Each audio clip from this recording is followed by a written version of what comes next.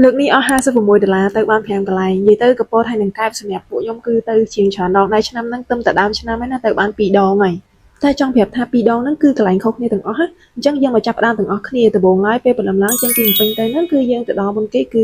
ឆ្នេរអង្កោលយើងចុះថតរូបមកផ្លែតប៉ុន្តែព្រលឹមឡើងអត់តបានដាក់អីចូលពោះអញ្ចឹងយើងក៏កលេចទៅឃើញគេកំពុងតែមានអាំងក្តាមស្ងោរក្តាមអីយើងក៏នាំគ្នាទិញហូបពេលហ្នឹងភ្លាមៗហ្មងទៅពួកអីដោយសារពួកយើងហេវដែរយើងចេញពីនេះទៅប្រហែលជាម៉ោង6ព្រឹកទៅដល់នេះម៉ោង7 8តែមេសតុំវិញអញ្ចឹងណាអញ្ចឹងយើងនាំគ្នាដាក់ម្នាក់មួយម៉ាត់ហើយសិនទៅបានយើងបន្តដំណើរទៅទៀតបន្ទាប់ពីចេញពីហ្នឹងមកពួកយើងក៏នាំគ្នាទៅផ្សារក្តាមហើយទៅដល់ហ្នឹងគឺបងប្អូនគេមានទិញស្បែកជើងអីអញ្ចឹងម្នាក់មកគូទៅហើយពីទិញស្បែកជើងហ្នឹងក៏យើងមានអីផ្សេងទៀតដូចជាទិញម្ជូរទិញអីញ៉ាំអីអញ្ចឹងផ្សេងទៀតអញ្ចឹងណាតែមានលក់ក្នុងផ្សារហើយពួកយើងក៏បាននាំគ្នាទិញខ្សែដៃម្នាក់មួយដែរជាអនុស្សាវរីយ៍និយាយទៅគ្នា6នាក់ណាទិញម្នាក់មួយទៅដូចជា6ហ្នឹង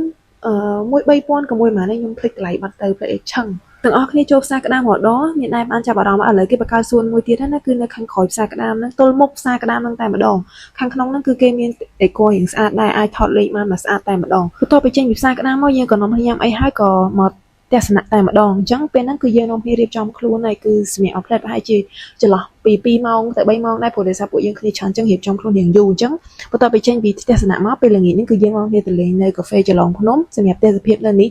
មើលតាមវីដេអូទៅដឹងហើយយើងធ្លាប់ធ្វើ review មួយនៅក្នុងវីដេអូមួយតែឯងតែម្ដងសម្រាប់កាហ្វេចឡងភ្នំគឺទេសភាពស្អាតមែនតើអញ្ចឹងកុំឲ្យខាតពេកយើងនឹងជួបគ្នានៅវគ្គ2ទៅតទៀត